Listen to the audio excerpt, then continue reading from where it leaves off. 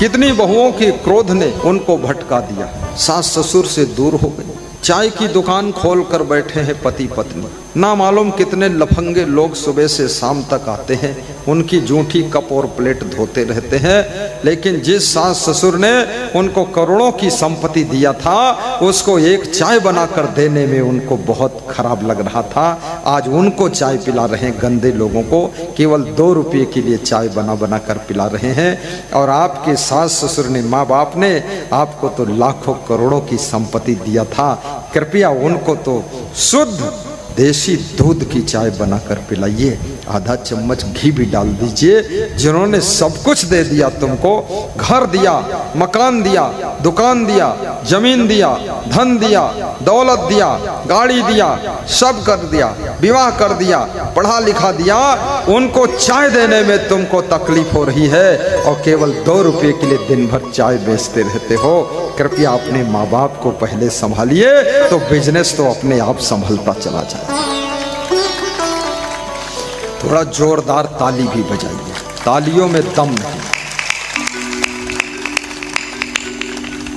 कबीर साहब कहते हैं, ई मन चंचल ई मन चोर, ई मन शुद्ध ठगहार, मन मन करते सुर नर मुनि जहड़े मन के लक्ष्य द्वार। मन की चंचलता के लिए लाखों द्वार हैं। एक तरफ से मन को नियंत्रित करो तो दूसरी तरफ भागता है। कितने लोग मन की चंचलता से बहुत तंग हो चुके हैं और कहते हैं मन में बड़े खराब खराब विचार आ रहे हैं। तो उनसे पूछो क्या खराब विचार आ रहे हैं, तो कहते खराब विचार आ रहे हैं। और क्या खराब विचार आ रहे हैं? पूरी इज्जत लेना चाहते हो क्या? खराब यानी खराब, और क्या खराब? मन में गंदे गंदे विचार आ रहे हैं। शरीर बूढ़ा हो गया तो भी मन में गंदगी दूर नहीं हुई है। तन बूढ़ा होने से मन बूढ़ा नहीं होता है। याद रखना, मरते समय भी मन बड़ा स्ट्रांग रहता है। इसलिए बूढ़े लोग भी बहुत उलझे रहते हैं।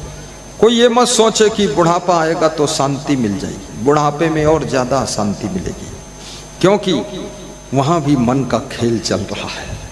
बूढ़े लोगों को नींद नहीं आती। क्यों नहीं आती? क्योंकि रात दिन मन में न जाने क्या क्या सोचते रहते हैं, उलझन भरी रहती है, चिंता, टेंशन, स्ट्रेस, बहुत विचार चलते रहते हैं। टाइम तो बहुत है सोने का, पर नींद नहीं है। और जब नींद थी तो टाइम नहीं था जवानी में, और बचपन में खूब सोते थे तो माँ खुश होती थी कि बच्चा ज्यादा सोए तो मैं अपना काम करूँ। और जवानी में जब नींद आती थी, तुम सोते थे तो माँ बाप धक्का मारते थे, कितना सोएगा तू, कुंभकर्ण बना बैठा है, सब बर्बाद करना है क्या? और जब टेंशन दिमाग में आ गई तो नींद भंग हो गई, तो पति पत्नी को समझा रहा है सो जाया करो। पत्नी भी पति को समझाती है क्यों चिंता करते, सो जाओ। लेकिन उसके बॉडी के हार्मोन्स सब डिस्टर्ब हो गए, संतुलन खो चुका। और एक बार शरीर का संतुलन खो जाए, बॉडी का संतुलन खो जाए, हार्मोन्स डिस्टर्ब हो जाए, तो याद रखना फिर नींद नहीं आती है। और नींद ना आना ये सबसे बड़ा संकेत है कि बहुत भयंकर बीमारी से तुम्हारा शरीर ग्रसित होने वाला है। क्योंकि जब शरीर गहरी नींद में सोता है तभी शरीर की रिपेयरिंग होती है, शरीर का मेंटेनेंस होता है, शरीर की सर्विसिंग होती है। इसलिए स्वस्थ रहना चाहते हो तो गहरी नींद में सोने की कोशिश कीजिए। और याद रखना, नींद पैसे से मिलती नहीं है, लेकिन पैसे के कमाने के चक्कर में नींद उड़ जाती है। पैसे के कारण नींद तो उड़ जाती है, और फिर कितना पैसा खर्च करो फिर भी नींद नहीं आती है। ये कितना बड़ा खेल है। पैसे कमाने के चक्कर में स्वास्थ्य भी खो जाता है, और फिर लाखों खर्च करो तो भी स्वास्थ्य वापस लौट कर आता ही नहीं।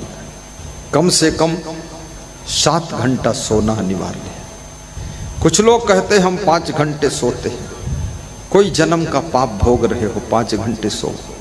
किसके लिए तुम इतना जाग रहे हो 19 घंटा? कौन तुमको धन्यवाद देने वाला है? किसके लिए इतना मर मिट रहे हो? 7 घंटे सोइए, और यदि अवसर मिल जाए तो 8 घंटे भी सोइए। फिर देखना, जो गहरी नींद के सुख से पार होता है वो व्यक्ति के मुखमंडल पर भी चमक आ जाती है, उस व्यक्ति का शरीर ताजगी एहसास करता है। और ये भी याद रखना, 24 घंटे भी न सो तो भी तीनों लोक के मालिक तुम त्रिलोकी नाथ बन नहीं सकते हो, और 48 घंटे भी ना सो फिर भी मुकेश अंबानी नहीं बन सकते हो, और तुम कभी भी मत सो पागल हो जाओगे लेकिन प्रधानमंत्री भी नहीं बन सकते हो। इसलिए इस लफड़ा में फंसो मत, जो हो वही बहुत है और जो जरूरत है वो भी सब बन जाओगे। इसलिए सोइए भी ठाठ से और खाइए भी प्रेम से और जियो प्रेम से और हंसिए भी प्रेम से। मैं मध्य प्रदेश में सत्संग कर रहा था तो एक गांव में मेरी पधरौनी थी। तो पधरौनी में स्वागत के लिए 3 किलोमीटर से भक्त लोग आए थे। तो एक मुंडी गाड़ी थी, मुंडी गाड़ी जिसमें छत नहीं थी, उसमें ढोल बजाने वाले को बिठाया था और उस गाड़ी के पीछे मेरी गाड़ी चल रही थी। तो जो ढोल बजा रहा था वो मेरा प्रवचन सुनता था, क्योंकि भक्ति में गरीब अमीर का भेद नहीं होता। तो मुझे देख देख कर वो हंस रहा था और 3 किलोमीटर तक उसने मुंह बंद ही नहीं किया, होंठ खोले रहा, दांत बड़े बड़े दिखाता रहा, हंसता रहा। रास्ते में देखा एक आदमी सूट बूट पहने हुए खड़ा था। उसके चेहरे पर मुस्कान नहीं थी, खुशी नहीं थी, हंसी नहीं थी, प्रसन्नता नहीं थी, जबकि ये लगता था वो करोड़पति से कम नहीं है। और ढोल वाला, उसका सारा काम ढोल पोल ही है, लेकिन बेचारा ढोल ही बजाकर खाता हंसता था। तो मैंने कहा ढोल वाले से, जब उतरा गाड़ी से, पूछा तुम खुश क्यों थे इतने? बोले आपका प्रवचन सुनता हूँ, आप सिखाते हो खुश रहना चाहिए, तो मैं खुश रहता हूँ। हमने कहा धन की क्या स्थिति है? बोले धन जो कुछ है यही ढोल है और कुछ नहीं है। ढोल? तो हमने कहा पत्नी? बोले वो भी ढोल है। हमने कहा वो कैसे ढोल है? बोले वो ऐसी ढोल है, पड़ी रहती है और ज्यादातर वो आराम में रहती है। तो हमने कहा उसको भी सत्संग सुना दो। बोले उसको सुनाता हूँ तो सुनती है और कहती है तुम्हारे गुरु अच्छा सुनाते हैं, लेकिन तुम्हारे गुरु की बात मैं मानूंगी नहीं, मैं पड़ी रहूंगी ढोल जैसी। कितनी स्त्रियां घर में ढोल जैसे पड़ी रहती हैं, कहीं आंगन में पड़ी है, कहीं बरामदे में पड़ी है, कहीं छत पे पड़ी है। अब इस ढोल को कौन उठाए? और इस ढोल से कहो कि उठो तो ये ढोल ऐसा पूरे घर को बजा देगी। ये हर समय पड़े रहना, हर समय लुढ़कते रहना और हर समय लेटे रहना, इससे हड्डी का ढांचा कमजोर हो जाता है। इसलिए याद रखना, नींद के समय सोइए, आराम कीजिए, फालतू समय लेटे मत रहिए। ज्यादा लेटने से आपकी हड्डियां कमजोर हो जाती है, धूप न लगने से आपकी हड्डियां कमजोर हो जाती है, पैदल न चलने से पेट संबंधी रोग आ जाते हैं, डाइजेशन सिस्टम खराब होता है, गैस बनती है, पानी कम पीने से आपके पेट में कॉन्स्टिपेशन, कब्जियत की बीमारी हो जाती है, चिंता करने से आपको आनंद की प्राप्ति नहीं होती है। भगवान कृष्ण के सामने भी बहुत संकट थे, वो हंसते रहते थे। कृष्ण के सामने बहुत संकट थे, वो भी हंसते थे, और राम भी मुस्कुराते रहते थे। कबीर के सामने भी संकट थे, क्योंकि कबीर सत्य बोलते थे और सत्य बोलने वाले हमेशा संकट में रहते हैं। कबीर साहब को मुसलमान भी देखना नहीं चाहते थे, इसलिए एक भी मुसलमान कबीर का भक्त नहीं बना।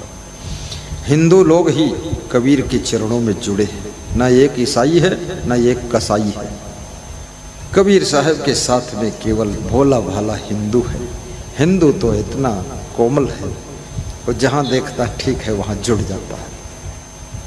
कबीर साहब की 52 कसनी हुई थी, कबीर साहब को बहुत कष्ट दिए गए। कबीर साहब को भी लोग मारने के लिए दौड़े, मारा कि नहीं मारा ये तो पता नहीं, पर कबीर साहब कहते हैं हमको मारने के लिए लोग दौड़े। और कबीर साहब ने स्वीकार किया है इस बात को कि साच कहो तो मारन धावे, झूठे जगपतियाना, संतो देखत जग बौराना। हे संतो देखो संसार पूरा पागल है, बौरा गया है। साच कह दो तो लोग मारने दौड़ते हैं और झूठ कहो तो लोग विश्वास कर लेते हैं। और में से तो किसी ने कहा कि सच कहो ही मत, तो कबीर ने कहा कहे बिना मोहि रहा न जाए, कहूंगा जो तो फिर मार खाओ। बोले जो होगा देखा जाएगा। साच कहो तो सब जग खींचे, झूठ कहा न जाए। कबीर कहते झूठ कह नहीं पाऊंगा, और सच कहता हूं तो सारा जगत क्रोधित होता है, गुस्सा हो जाता है, लोग नाराज हो जाते हैं। साच कहो तो मारन धावे, साच कहो तो सब जग खींचे, झूठ कहा न जाए। कहें कबीर तेई भो दुखिया, जे झूठी राह चलाई। वो लोग भी दुखी हुए जिन्होंने झूठा ज्ञान बांटा है, और संसार में ढोंगी, झूठे, पाखंडी गुरु बहुत से। ऐसा ऐसा गुरु भरा हुआ है ढोंगी, ज्ञान ध्यान कुछ भी नहीं, आडंबर की बात बताता है। कबीर साहब कहते हैं आंख न मूंदो, कान न रूंधो, काया कष्ट न धारो, खुले नयन हंसी हंस पहचानो, सुंदर रूप निहारो, संतो सहज समाधि बनी। कबीर साहब ने हंसने के लिए छूट दिया है। अब कबीरपंथी हंसे न हंसे, लेकिन कबीर कहते हंसी हंस, हंसी हंस पहचानो, सुंदर रूप निहारो। जो सुंदर रूप कौन है? सत्यम शिवम सुंदरम, तुम्हारा स्वरूप तुम्हारी आत्मा है। इससे सुंदर और क्या है? इससे सत्य क्या है? और इससे ज्यादा शिव अविनाशी क्या है? शिवम माने होता अविनाशी है, वो शिवम है। सुंदर माने जिसमें कभी मैल व्याप्त नहीं होता है, मलिनता कलमस्ता आती नहीं है, वो सबसे सुंदर है। और जिसमें सत्य के अलावा झूठ प्रविष्ट नहीं होता है, वो सत्य स्वरूप आत्मा। याद रखना, ये आत्मा की ही लक्षण है। सत्यम भी है, शिवम भी है, सुंदर भी है।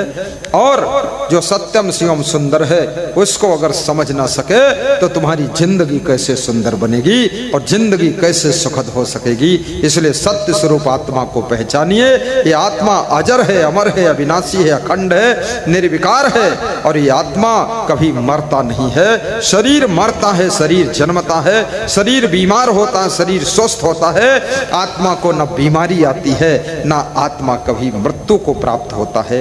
ऐसे परम पवित्र चैतन्य स्वरूप, ज्ञान स्वरूप आत्मा को पहचानो। आत्म ज्ञान बिना नर भटके, कोई मथुरा कोई काशी। लोगों को ज्ञान नहीं है कि मैं कौन हूं। गुजराती भाषा में कहते हैं हूं कौन छू। जिसको तुम मैं कहते हो उसको गुजराती भाषा में हूं कहते हैं। हूं माने मैं। इंग्लिश में कहते हु एम आई, मैं कौन हूं। लोगों को ज्ञान नहीं कि मैं कौन हूं। एक स्त्री से पूछो तुम कौन हो, कहती मैं स्त्री हूं। फिर पूछो तुम कौन हो, तो बोलती है मैं डॉक्टर हूं। फिर पूछो, फिर से बताओ तुम कौन हो, तो बोलती है मैं उनकी बेटी हूं। लेकिन कभी नहीं कहती है कि मैं शुद्ध स्वरूप आत्मा हूं। अपनी आत्मा को पहचानिए।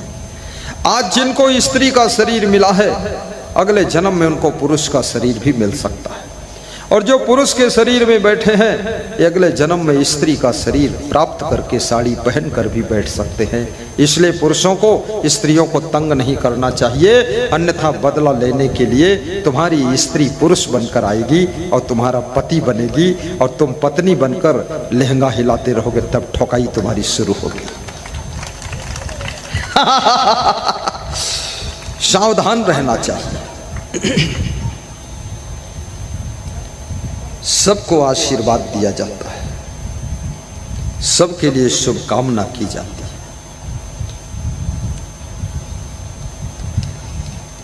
हमारे नगला चेतराम गांव के बहुत से कार्यकर्ता सेवा में लगे हुए हैं। लगभग इनकी संख्या 45 के करीब लिस्ट बनकर आई है। ये निस्वार्थ सेवा कर रहे नवयुवक बच्चे। हम लोग कुर्सियों पर बैठते हैं, सोफा पर बैठते हैं, लेकिन ये बच्चे और ये सफ़ेद ड्रेस में बेटियां, ये खड़े रहते हैं 2-2, 3-3 घंटे। सबको बिठाने का काम, पानी पिलाने का काम, और कुर्सी कम पड़े तो और बढ़ाने का काम, और पीछे बहुत बड़ा भंडारा की तैयारी है, जैसे कोई बारात में तैयारी होती है। वैसा ही पर्दा लगा। मैं पीछे गया था, देख कर आ गया। व्यास गादी पे आना था, नहीं तो वहाँ झांक के आता बना क्या क्या है, पर इधर जल्दी आना था तो मैं लौट आया। लेकिन कल मुझे पता चला है 2 सब्जी बनी है और खीर है और पूड़ी है और क्या है, रायता। रायता देखो भूल जाता है लोग, कल सब सुन चुके हैं, याद है। अगर रायता नहीं मिला तो पंडाल भर में रायता फैलाएंगे कि कल से परसों से बोल रहे हो रायता रायता, वहाँ रायता नहीं है। प्रेम सिंह दया रखना, रायता बनवा देना। बन गया, बना है रायता। और गर्मियों में रायता खाना चाहिए, क्योंकि रायता बहुत सर्द होता, बहुत ठंडा होता है, गर्मी से लड़ने की सामर्थ्य बॉडी के अंदर पैदा करता है। इसलिए गर्मियों में रायता जरूर खाना चाहिए, ठंडी में रायता बंद कर देना चाहिए। और खीर तो कभी भी खाइए, सब सेट हो जाता है। रायता में जो खटास है उसको खीर मार देती है, ताकि एसिडिटी न बढ़े। और खीर में जो मिठास है उसको रायता की खटास मार देती है। दोनों आपस में मारा मारी करते हैं तो ना तो तुम्हें शुगर होगी न एसिडिटी होगी, तुम स्वस्थ रहोगे। इसलिए ऐसा मेनू बनाया गया है ताकि बीमारी मुक्त भोजन कराया जाए और तुम स्वस्थ भी रहो। ऐसे भंडारे का इंतजाम है। भंडारा भी समय पर होना है। मैं इन कार्यकर्ताओं का नाम लूंगा, लेकिन लास्ट में लूंगा, क्योंकि सत्संग की धारा मुड़ जाएगी। साहिब बंदगी बोलो, कहो साहिब बंदगी। कितने लोग सोचते ये साहिब बंदगी कौन सी बला है। साहिब का अर्थ होता है श्रेष्ठ, साहिब का अर्थ होता है दिव्य, साहिब का अर्थ होता पवित्र, और बंदगी का अर्थ होता प्रणाम। बंदगी का अर्थ होता है नमन, नमस्कार। यानी पवित्र पुरुषों को प्रणाम करने का शब्द साहिब बंदगी है। हे दिव्य आत्मा, हे महान आत्मा, हे श्रेष्ठ आत्मा, आपको मैं प्रणाम करता हूँ, नमस्कार करता हूँ। और 3 बार इसलिए साहिब बंदगी करता हूँ कि आप ऐसा आशीर्वाद दीजिए 3 तापों से हमको छुटकारा मिल जाए, दैहिक दैविक भौतिक ताप से हम मुक्त हो जाएं। आपको 3 बार प्रणाम करता हूँ। माता पिता के कभी चरण छो तो 3 बार छूकर मस्तक में लगाइए। कलयुग में बड़े सालटकट लोग चरण छूते हैं, चरण छूते ही नहीं घुटना छूते, और मस्तक में लगाते ही नहीं, घुटना छूकर अपने पेट में लगा लेते हैं। और माता पिता को संकेत करते हैं कि पेट का सवाल है, तुम्हारी घुटना मजबूत रहे, खूब धन कमाओ, मैं पेट भरता रहूं। इनका पेट इंडिया गेट घुटना छूकर पेट में लगा दिया। अभी बहुत से लोगों में मैंने सरदारों में देखा, वो घुटना भी नहीं छूते और ना अपना पेट छूते, और घुटना और पेट के बीच में हाथ ऐसे हिला देते, हो गए। मेरे पास आते हैं कभी कोई सरदार लोग तो वाहे गुरु जी का खालसा, वाहे गुरु जी की फतेह, बोले सोई निहाल, सत श्री अकाल, ये सब बोलते। और कोई कोई सरदार लोग चरण छूते, वो चरण छूता ही नहीं, ना घुटना छूता है और ना अपने मस्तक में लगाता है, बस झुक जाता है। और झुक करके हमारे चरणों और अपने माथे के बीच में हाथ हिला देता है ऐसे कि हो गया, बस प्रणाम काफी। एक समय वो था, भारत देश में दंडवत प्रणाम का महत्व था। दंडवत प्रणाम, हमारे साथ में कुछ संत हैं वो दंडवत प्रणाम करते हैं। हालांकि कबीर साहिब के पंथ में दंडवत प्रणाम की प्रक्रिया नहीं है, फिर भी वे कर लेते। एक रक्षपाल दास है, एक दिनेश दास है, ये 2 दास जो है दंडवत प्रणाम कर लेते हैं। दंडवत प्रणाम करना बहुत कठिन है। जब अहंकार पूर्ण रूप से मर जाता है तभी दंडवत प्रणाम हो सकता है। साहिब बंदगी भी कठिन है, क्योंकि अंजलि बांधकर 3 बार झुकना उठना, साहिब बंदगी 3 बार करना, इसमें भी अहंकार की मृत्यु होती है। हाथ जोड़ना भी बहुत कठिन है, हाथ जोड़कर नमस्कार करना भी बहुत कठिन है, क्योंकि हाथ जोड़ने से आपके अहंकार की मृत्यु होने लग जाती है। पैर छूना भी बहुत कठिन है। सबसे पहले अपने माता पिता के पैर छू लो, सास ससुर के पैर छू लो, अपने पति के पैर छू लो। इस सभा में बैठी हुई इतनी स्त्रियां हैं, कितनी स्त्रियां ऐसी हैं जो अपने पति के पैर छू लेती हैं, सास ससुर के पैर छू लेती हैं। जरा हाथ उठा दे। लगभग 50% स्त्रियां हैं। अब 50% तो लगता है उल्टा हो रहा होगा, उनकी सासू उनके पाँव न छूती हो। कितनी सासें अपनी बहुओं से हाथ जोड़ती कि माफ़ करना, कहीं कोर्ट न पहुंचा देना, जेल में न पहुंचा देना।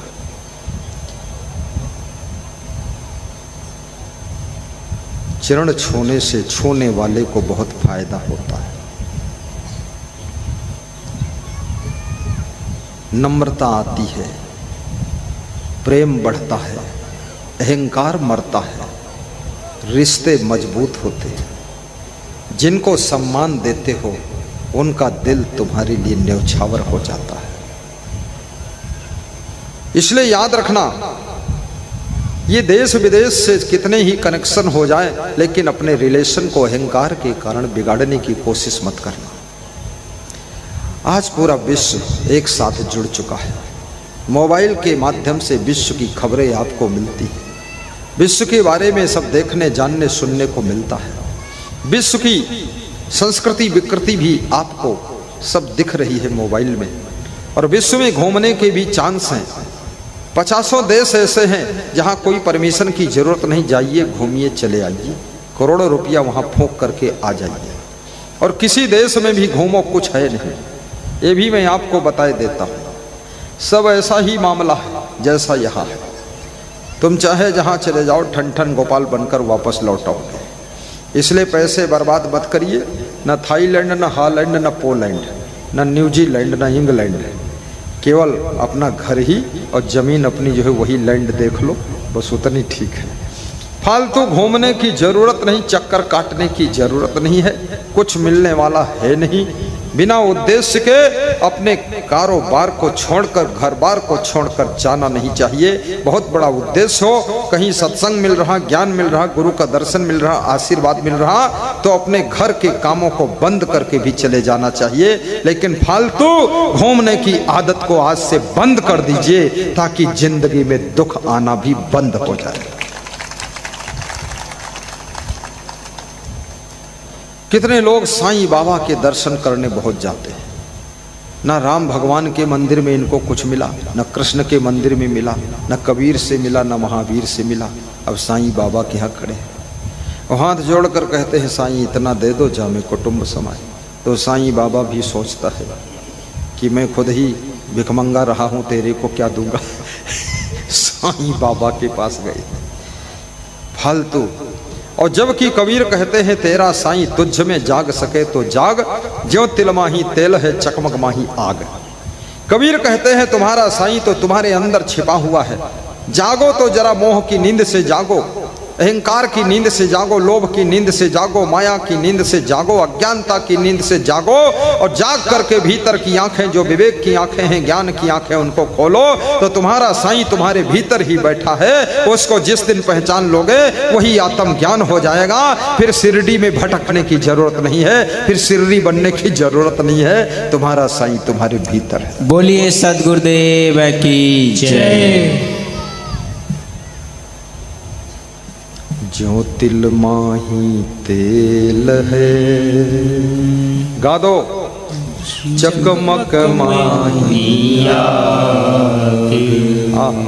तेरा साईं तुझ में जाग सके तो जाग, तेरा साईं तुझ में जाग सके तो जाग। चंदन सबको लगे रहा,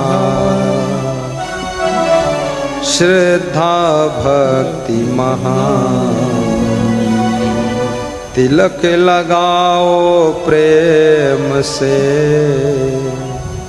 थाल में करो कुछ दान। खाली तिलक मत लगवा लेना, चुप पे बैठे रहो। थाल में, तिलक की थाल में दान दक्षिणा भी देना चाहिए। कीला बहुत सा गया, सोचे संत तमाम, भक्त सभी हैं देखते,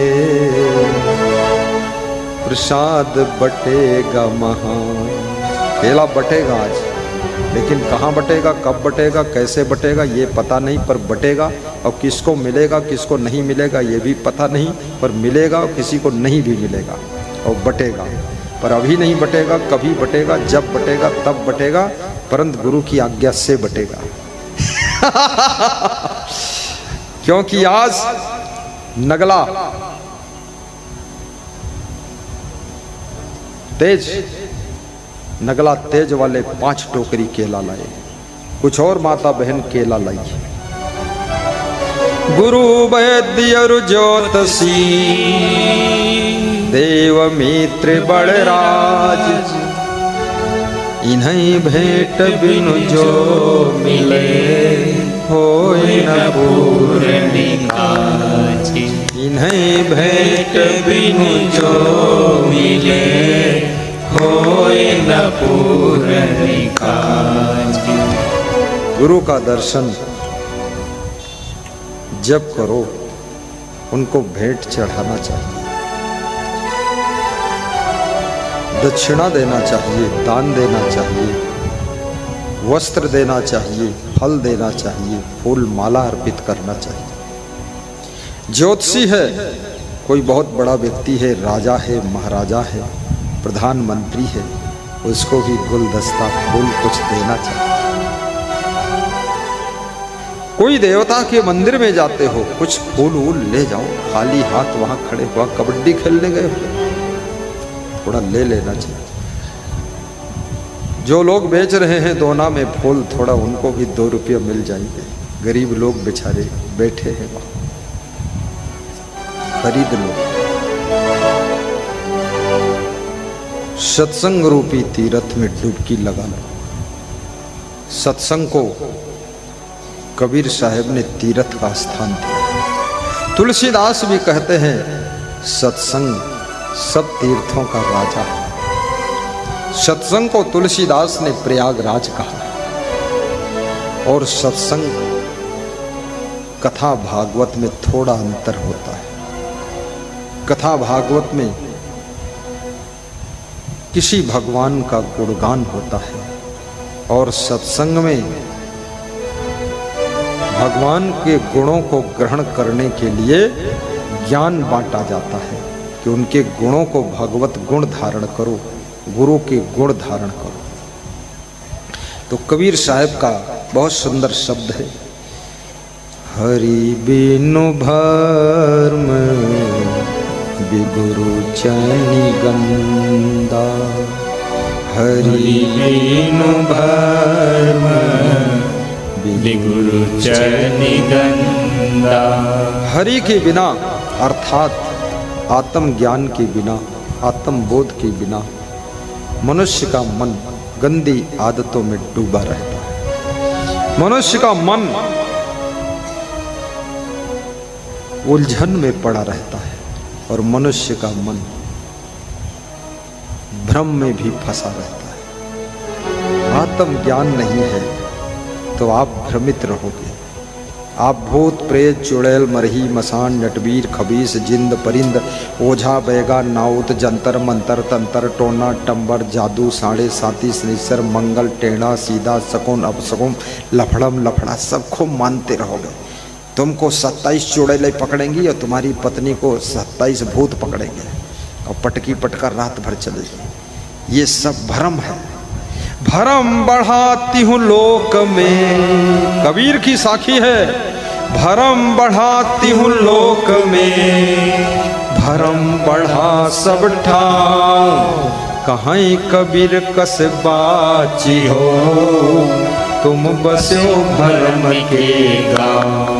कहीं कबीर कस बाची हो, तुम बसो भरम के गाँव। कितना भ्रम है संसार में, बहुत अज्ञान छाया हुआ है। भ्रमि भ्रमि कबीरा फिरे उदास, तीर्थ बड़ा की तीर्थ कलास।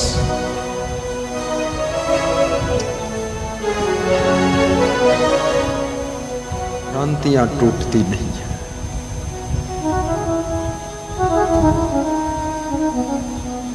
भूत प्रेत का भ्रम, जिंद बाबा का भ्रम। कितने लोग नीम के पेड़ पर जिंद बाबा मानते हैं कि इस नीम के पेड़ पर जिंद बाबा रहते हैं। कौन है जिंद बाबा? तुम नहीं हो क्या जिंद बाबा? तुम कोई मुर्दा बाबा हो? असली तो तुम ही जिंदा बाबा हो, जिंद हो। और जो मर गए उनको जिंद कहते हो, जो जिंदा हो तुम अपने मुर्दा कहते हो। मेरे गांव में जहां मेरा जन्म स्थान था, एक आदमी भागता हुआ खेत तरफ से आया शाम को और बोला कि हमने साक्षात जिंद को देखा है। नीम के पेड़ पर चढ़ रहा था और मुझको देखकर उतर कर मुझे रपटाया, तुम भाग कर बचा। तो मैं बचपन से ही भूत प्रेत वगैरह मानता भी नहीं था, होते भी नहीं। तो मैंने कहा जरा तो पेड़ पर चढ़ा होगा देख लेता हूँ। तो वहाँ मैं गया, 5-6 लोग गए, हम लोग डंडा लेकर। अगर जिंद होगा तो पिटाई करेंगे उसकी। तो वहाँ देखा एक साधु था, कबीरपंथी साधु। वो लौकी की तोमड़ी का कमंडल पकड़े था और उस नीम के पेड़ पर चढ़ करके जिंद बाबा को लोग लंगोटा उस पर बांध देते थे, दान करते थे। तो वो सब लंगोटा खोल के गठरी बांध के ले जाने का प्रयास कर रहा था। उसका नाम था डौली बाबा, डौली। वो डौल में रहता था, जुगाड़ में। तो मैंने कहा डौली बाबा तुम हो ऊपर? बोले हाँ, आधा घंटा हो गया है। तो हमने कहा एक आदमी कह रहा था जिंद बाबा चढ़ रहे थे पेड़ पर। बोले मैं ही था, पर उसको रपटा दिया, डरवा दिया तो भाग गया। अब सब लंगोटा खोल के ले जाऊंगा, 2-4 साल पहनूंगा। बोलता था मैं लंगोटा वंगोटा सिलाता नहीं हूँ, टेलर वोलर के यहाँ लोग टांग जाते उसी में से उतार ले जाता। तो हमने कहा लोग तो सोचते जिंद बाबा रहते नीम के पेड़ पर। बोले जिंद न परिंद कोई कुछ नहीं है, सब लंगोटा हम ले जाते हैं। और वो लंगोटा लेकर चला गया। उसको मैं पहले से भी पहचानता था, क्योंकि हमको भी महात्मा बनना था बाबा, तो बाबा लोगों से हम प्रेम रखते थे। अब ये भूत प्रेत कुछ होता ही नहीं।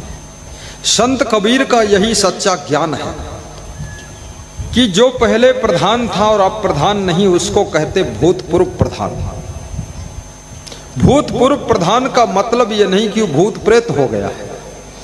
भूतपूर्व शब्द कहते कहते अपभ्रंश हो गया और भूतपूर्व को लोगों ने भूत प्रेत मान लिया।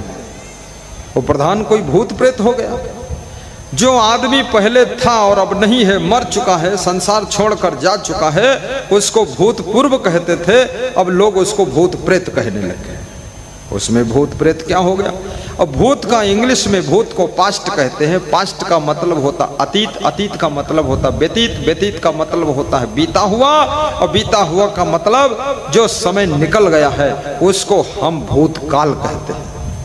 जो आदमी पहले था लेकिन अब नहीं, चला गया दुनिया छोड़ करके, उसको हम भूतपूर्व कहते हैं। लेकिन लोगों ने भूत प्रेत मान लिया और स्त्रियों को मान लिया कि ये मर के चुड़ैल बन जाती है। कितना लोग डरता है, मरघट की तरफ जाने में डरता है। और सबके घर के मुर्दे मरघट में आराम से चले गए और दफन हो गए, और सब घर ही के लोग वहाँ हैं मरघट में, और फिर भी लोग डरते हैं मरघट में जाने में। और जाना सबको आखिरी में मरघट में ही है। और जिंदा में डरते हैं, मर के वहीं जाकर बसते हैं और वहीं रहते हैं। तो सब भूतों में ही रहना पड़ेगा मरने के बाद। तो जिंदा में ही एक रात वहीं शमशान घाट में रह लो ना। पूरे परिवार के साथ जाइए, वहीं खीर पूड़ी बनाइए, खाइए। वहाँ कोई भूत प्रेत है ही नहीं, ना कोई चुड़ैल है, ना मरही है, ना मसान है। वहाँ तो मूर्खता है और कुछ नहीं है। गंदगी है, हड्डी गुड्डी पड़ी है और सड़न है, बदबू है, कफन उफन पड़ा है और कुछ भी नहीं है। ना कोई तुम्हें भूत पकड़ने वाला है, ना कोई चुड़ैल पकड़ने वाली है। ये केवल अंधविश्वास और आडंबर का खेल है, ठगों का खेल है। ठग लोगों ने ये जाल फैलाया है, इसलिए इसके चक्कर में कभी पड़ना मत। हनुमान चालीसा में भी चौपाई लिख दी गई, भूत पिशाच निकट नहीं आवे, महावीर जब नाम सुनावे। कमाल है। सिद्ध कर दिया कि भूत पिशाच है, और महावीर का नाम सुना दो, और कितने लोगों का नाम खुद ही महावीर है, अब वो अपने ही नाम सुनाते हैं फिर भी भूत पिशाच से डरते हैं। कोई भूत पिशाच होता ही नहीं है। आज से झंझट में पड़ना मत। ये टोना टंबर टोनही टोनहा, ये भी सब आडंबर ही है। कौन टोना?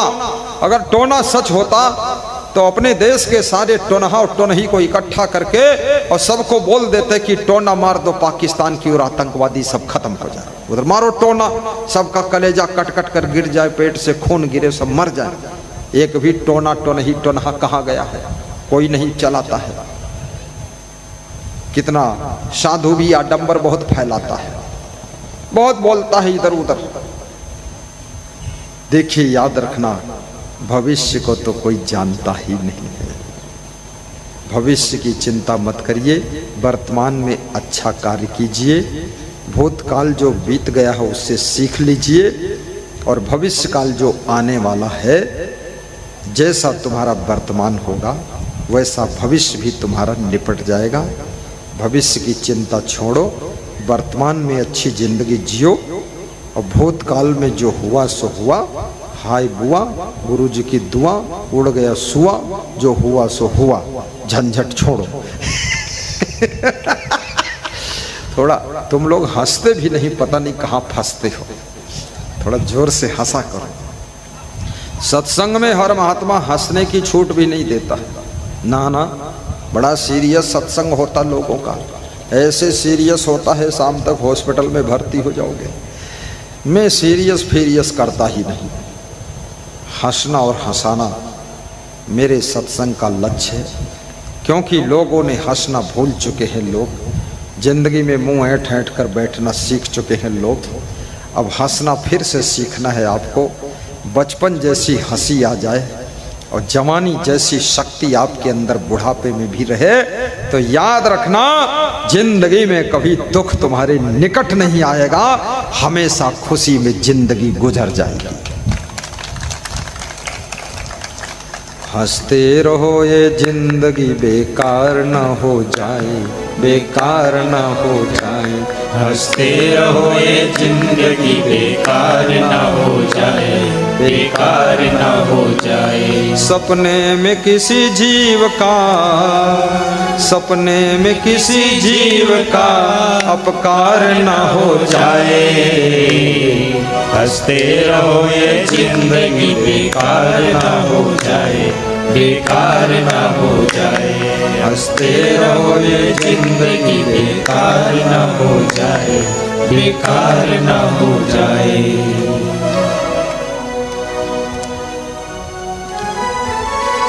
मेरे बचपन में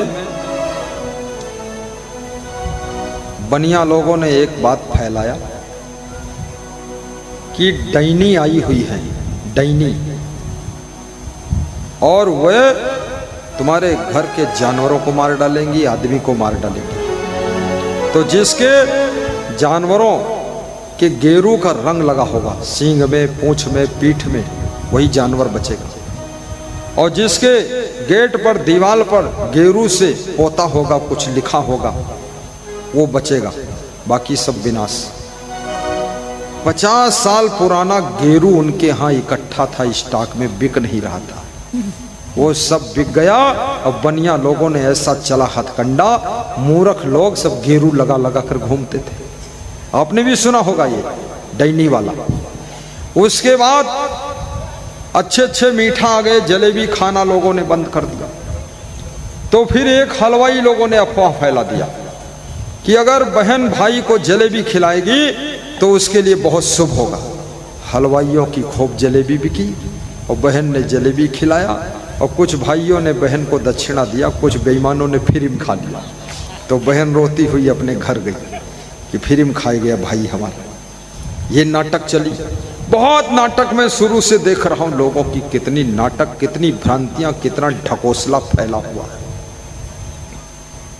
ये सब आडंबर है, इसके चक्कर में कभी पड़ो ना। घर ही में तीरथ बनैबै, इधर उधर हम काहे को जैबै। घर ही में तीरथ बनैबे इधर उधर काहे को जइबे। आज हमारे पास में एक भक्त आया था, ये बैठा है जो अवधेश के पास, बैठ के आओ इधर ऊपर आओ। बड़ी श्रद्धा है, बड़ी दूर से आए, बड़ी दूर नगरी है, बहुत खुश थे। पहली बार दर्शन किया तो उनको इतना भाव भर गया कि फपक कर रोने लगे, आंसू भर गए। बोले रोज प्रवचन सुनता हूँ, रोज प्रवचन सुनता हूँ। क्या नाम है? क्या नाम है? अनूप सिंह। कहाँ के रहने वाले? फर्रुखाबाद नगला गुलाल से। बहुत खुश हुए और उन्होंने बताया कि हमारा घर ही मंदिर है, हमने मंदिर में घर बना दिया और घर में मंदिर, और प्रतिदिन गुरु भगवान की आरती करता हूँ, सुबह शाम दोनों टाइम पूजा पाठ वंदना करता हूँ, और मेरा घर ही मंदिर हो। और मोबाइल में आपका फोटो लगा लिया। जो गुरु की पूजा करता है, याद रखना, राम और कृष्ण बड़े खुश हो जाते हैं, क्योंकि राम कृष्ण भी गुरु के भक्त थे। राम कृष्ण से को बड़ा उन्हों तो गुरु कीन, तीन लोक के वैधनी गुरु आगे आधीन। गुरु समान दाता नहीं, याचक शिष्य समान, तीन लोक की संपदा सो गुरु दीन ही दान। आपकी समझ मिलना चाह रहे थे, लेकिन 2 साल से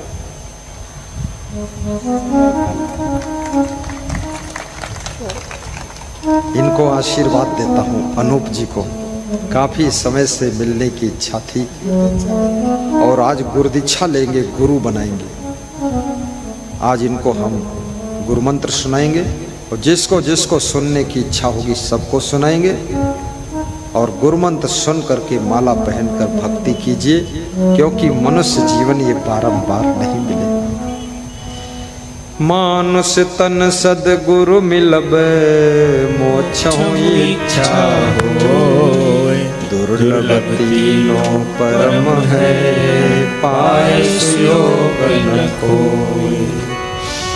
मानुष जन्म दुर्लभ, मिले न दूजी बार, पक्का फल जो गिर पड़ा, बहुर न लागे डाले। मनुष्य का जीवन, कबीर साहब कहते हैं, जैसे पका हुआ फल गिर जाए फिर वो डाल में लगता नहीं, ऐसे मनुष्य जीवन एक बार व्यर्थ में बीत गया, ये बार बार मिलता नहीं। पायो मानुष तन अलबेला, कर लो संत समागम मेला, बेला फेर ना मिले, बेला फेर ना मिले।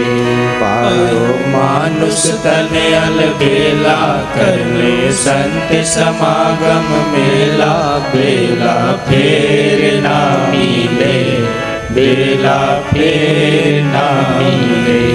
पायो मानुष तन अलबेला, पायो मानुष तन अलबेला, कर ले संत समागम मेला, बेला फेर ना मिले, बेला फेर ना मिले। पाया मानुष का तन, आज करे ले भजन, ना भुलाना तेरे जीवन का क्या है ठिकाना। पाया मानुष का तन, आज कर ले भजन, ना भुलाना तेरे जीवन का क्या है ठिकाना। तेरे जीवन का क्या है ठिकाना। खानियों में भटकता तू आया, आज अवसर तू नर तन को पाया। खानियों में भटकता तू आया, आज अवसर तू नर तन को पाया। भाग तेरे जगे, दाव ऐसे लगे मुक्ति पाना। मन को विषयों से अपने हटाना, मन को विषयों से अपने हटाना। पाया मानुष का तन आज कर ले भजन, बहुत सुंदर। ना भुलाना। तेरे जीवन का क्या है ठिकाना, तेरे जीवन का क्या है ठिकाना। स्वप्न की मानुष का तन आज कर ले भजन, ना भुलाना। तेरे जीवन का क्या है ठिकाना, आइए तेरे जीवन का क्या है ठिकाना। कबीर साहब की दूसरी पंक्ति, जहाँ जहाँ गए वो अपने पौ खोए, तेहि फंदे बहु फंदा, हरि बिनु भरम गुरु चनि गंदा। हरि बिनु भरम गुरु चनि गंदा। हरि के बिना जहाँ जहाँ गए अपना पन खो दिया। जुआरियों में गए तो जुआरी बन गए, शराबियों में बैठे तो शराबी बन गए। अपना धर्म, अपना सत्कर्म, अपनी भक्ति खो दिया तुमने। जहां जहां तुम गए, कबीर कहते हैं, वहां वहां तुमने अपनत्व को खोया है।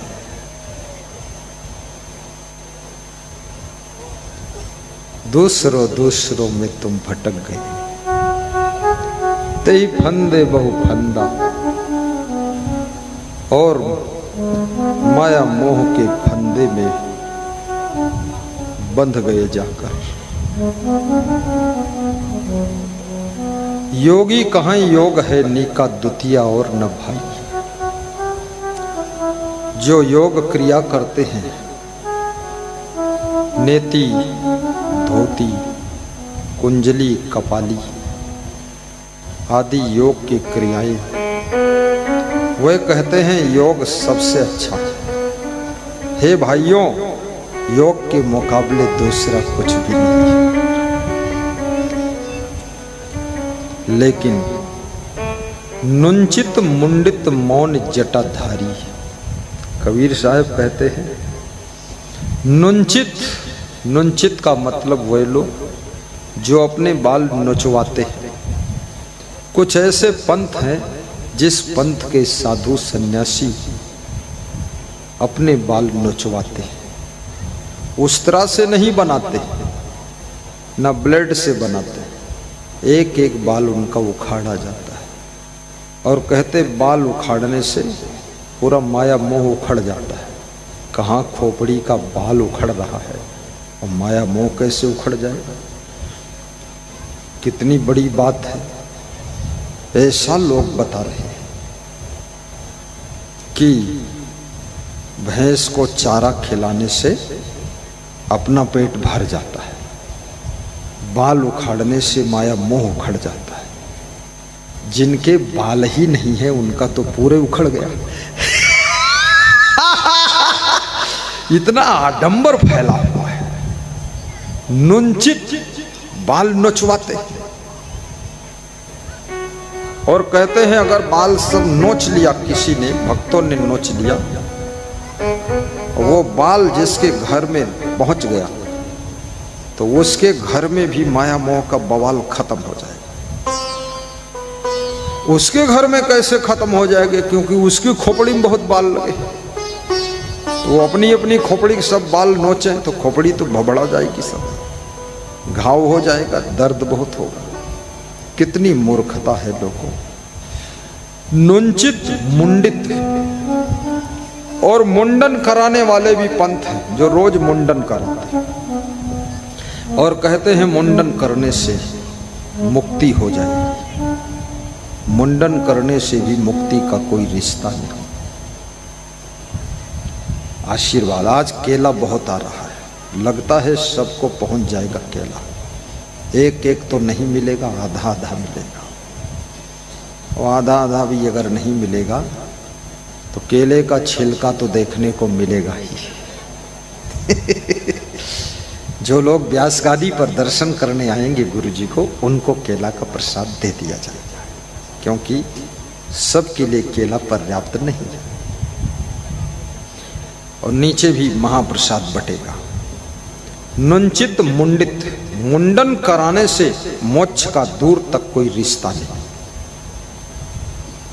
मुंडन कराना चाहिए। ज़्यादा गर्मी हो गई, बालों की जड़ों में कोई बीमारी लग गई, खुजली हो गई, या बालों की जड़ों में जुआं पैदा हो गए, तो मुंडन करा दीजिए, तो जुआं भी सब घोंट के साफ हो जाए साथ।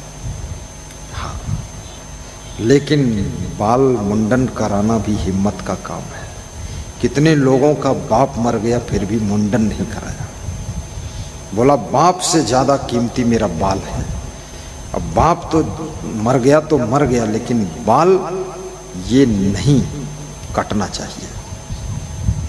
कितने मूर्ख लोग हैं। बाप की मृत्यु में भी मुंडन कराने में लोगों को संकोच लग रहा है। लेकिन कबीर साहब कहते हैं मुंडन करने से मुक्ति का कोई रिश्ता नहीं। मुंडन, नुंचित मुंडित मौन जटाधारी। कितने लोग मौनी बाबा बन जाते हैं, मौन साध लिया, बोलते ही नहीं। प्रयागराज कुंभ में एक मौन धारण करके आदमी आया, हंसता था लेकिन बोलता नहीं था। तो मैंने कहा मौन क्यों साधा? तो फिर नहीं बोलता था।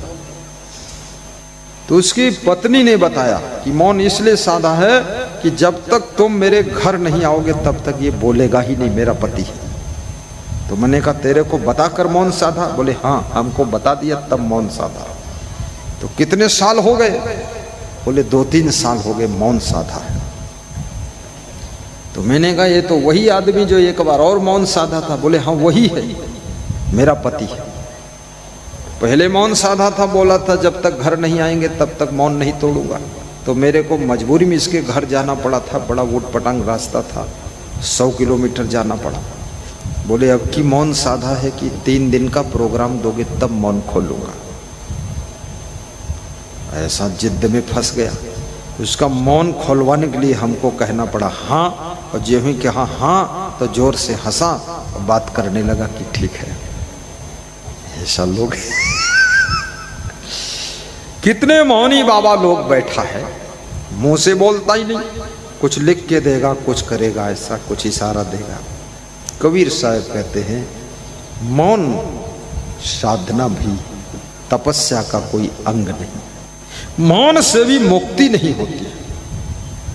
मौन आसान है, लेकिन याद रखना,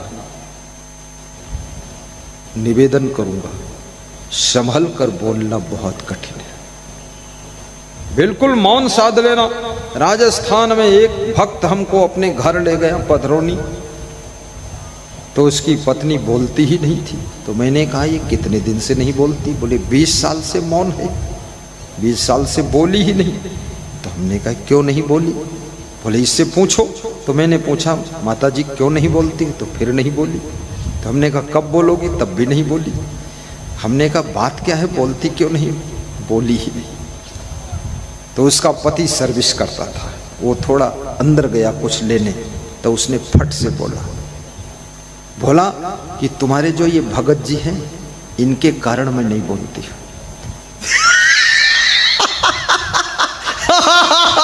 तो हमने कहा इनके कारण क्या हुआ? बोले यही इतना बोलते हैं, इतना बोलते हैं, इतना बात लड़ाते हैं, इतना तर्क वितर्क करते हैं कि हम बहुत हैरान हो गए। तो आप प्रवचन में सुनाते हो पति से लड़ना नहीं चाहते, तो लड़ना तो नहीं था, लेकिन हमने बोलने बंद कर दिया। 20 साल हो गए। तब तक उसका पति आ गया, तो हमने कहा कि आपकी पत्नी तब बोलेगी जब तुम बोलना कम करो। अब तुम 20 साल मौन साधो तो 20 साल ये बोल ले। तो बोले मेरा लाउड स्पीकर बंद ही नहीं होता है। बड़ा क्रोधी पति, बड़ा बकवासी। वो आश्रम पर भी आता था तो जिससे देखो उससे बकवास करता था। बोलता था कहाँ पढ़े हो, किस स्कूल में पढ़े हो, पीछे पढ़े हो कि छत के ऊपर पढ़े हो, और मैं सब जानता हूँ। तो मैंने उसका बकवास 6-7 साल बर्दाश्त करता था। एक दिन मैंने सोचा इसका ऑपरेशन कर ही देता हूँ, तो मैं उस दिन समझा दिया। तब से आता है, चुपचाप बैठा रहता है, बेवकूफ कहीं का, फालतू बोलता है, भगत बनता है। कितनी स्त्रियों ने इसलिए बोलना बंद कर दिया कि पतियों के बोलने से तंग हो गई। क्या करे बोलकर झगड़ा। तो मौन नहीं साधना है, संभल कर बोलना है।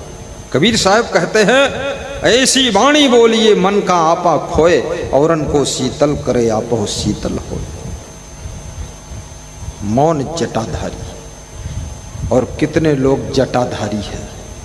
10-10 फुट लंबे बाल, 15-15 फुट लंबे बाल, पूरा एक बोरी भर के बाल, खोपड़ी में बांधता है गठरी, इतने बाल। अब ये सब आडंबर ही है। इतना बाल क्यों बढ़ाया है। और बाल दूसरे कटे हुए बाल उसी में लपेटे से फेविकॉल से जोड़ के हर रस्सी बट दिए से जी के बाल पाएगा नहीं। इतने लंबे बाल थोड़े हो सकते, बाल टूट जाएंगे। और लंबे बाल बनाकर और काफी गुड़रा बनाकर खोपड़ी में बांध के बैठता है, ताकि लोग समझे बहुत बड़ा का बाबा है, बड़ा महात्मा है। इतनी खोपड़ी में बाल है तो कुछ तो बड़ा होगा ही। और बड़ा नहीं है, खाली बाल ही बाल बड़ा है और कुछ नहीं बड़ा है। बिल्कुल दिमाग नहीं, बुद्धि नहीं, फालतू लादे घूम रहा बाल। खोपड़ी खजुआती है।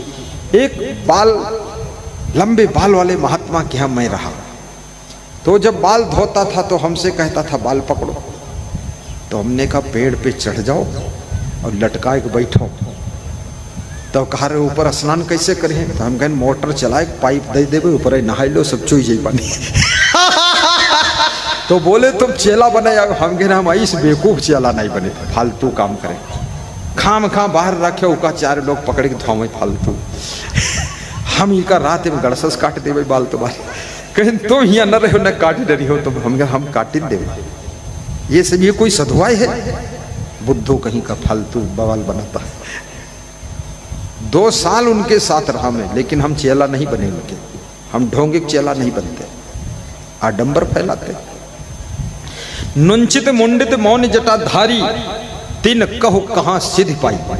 कबीर पूछ रहे हैं इन लोगों ने कहां पर सिद्धि प्राप्त किया, मुक्ति प्राप्त किया है। इससे कोई मुक्ति होने वाली नहीं है, इसलिए इस बकवास में मत पड़िए।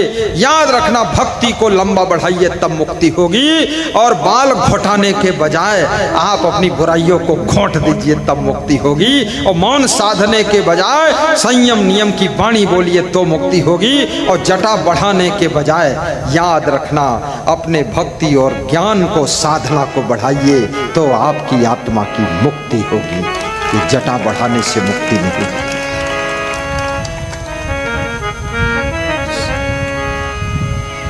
नुंचित मुंडित मौन जटाधारी। कितने कबीर पंथी यहाँ बैठे हैं, जरा हाथ ऊंचा कर दे, निडर होकर ऊंचा करो। बहुत है कबीर पंथी, कमाल है। कबीर पंथी होशियार है, सब एक साइड में बैठ है। कुछ खतरा हो तो इधर ही भाग लो। आना कबीर पंथ में खाला का घर नहीं, आते हैं सुन नर जिन्हें दुनिया का डर नहीं। आना कबीर पंथ में खाला का घर नहीं, आते हैं शूर नर जिन्हें दुनिया का डर नहीं, दुनिया का डर नहीं। आते हैं शूर नर जिन्हें दुनिया का डर नहीं, दुनिया का डर नहीं। बोलिए सद्गुरु भगवान की जय हो। ज्ञानी गुणी सूर कवि दाता ई जो कहीं बड़ हमही। कबीर साहब कहते कोई ज्ञानी है, वेद याद है, शास्त्र याद है, बीजक याद है, रामायण याद है, श्लोक याद है, अंग्रेजी बोलता है, हिंदी बोलता, संस्कृत बोलता, उर्दू बोलता है, कलमा पढ़ता है, नमाज करता है और कहता मैं ज्ञानी हूं। कबीर कहते ये ज्ञानी नहीं है। गुणी हूं, मैं बड़ा गुणवान हूं, बोले ये कोई गुणवान नहीं। शूर हूं, युद्ध करने में टाप हूं, बोले ये भी बेकार है। कवि हूं, तुरंत कविता रस देता हूं, टांग में टांग जोड़ देता हूं कविता की, ये लाइन में वो लाइन मिला देता हूं, बोले ये भी बेकार है। ज्ञानी गुणी सूर कवि दाता, और मैं बहुत बड़ा दाता हूं, देता रहता हूं, ये करता हूं, ये भी। कबीर साहब कहते जहां से उपजे तहां समाने, छूट गए सब तबही। जहां से पैदा हुए विषय भोग के माध्यम से और विषय भोग में ही जिंदगी भर डूबे रहे, ये सब पीछे छूट गए। ये चाहे सूरवीर हो, चाहे कवि हो, चाहे ज्ञानी हो, चाहे प्रवक्ता हो, चाहे जो कुछ हो, कवि रचना करते हो, लेकिन ये सब बेकार क्लास में चले गए, क्योंकि जिन विषय भोगों से जन्म हुआ उसी में जिंदगी भर डूबे रहे, ये सब पीछे छूट गए। याद रखना जिसका आचरण महान है वही बड़ा होता है, वही बड़ा होता है। बोलिए सद्गुरु भगवान की जय।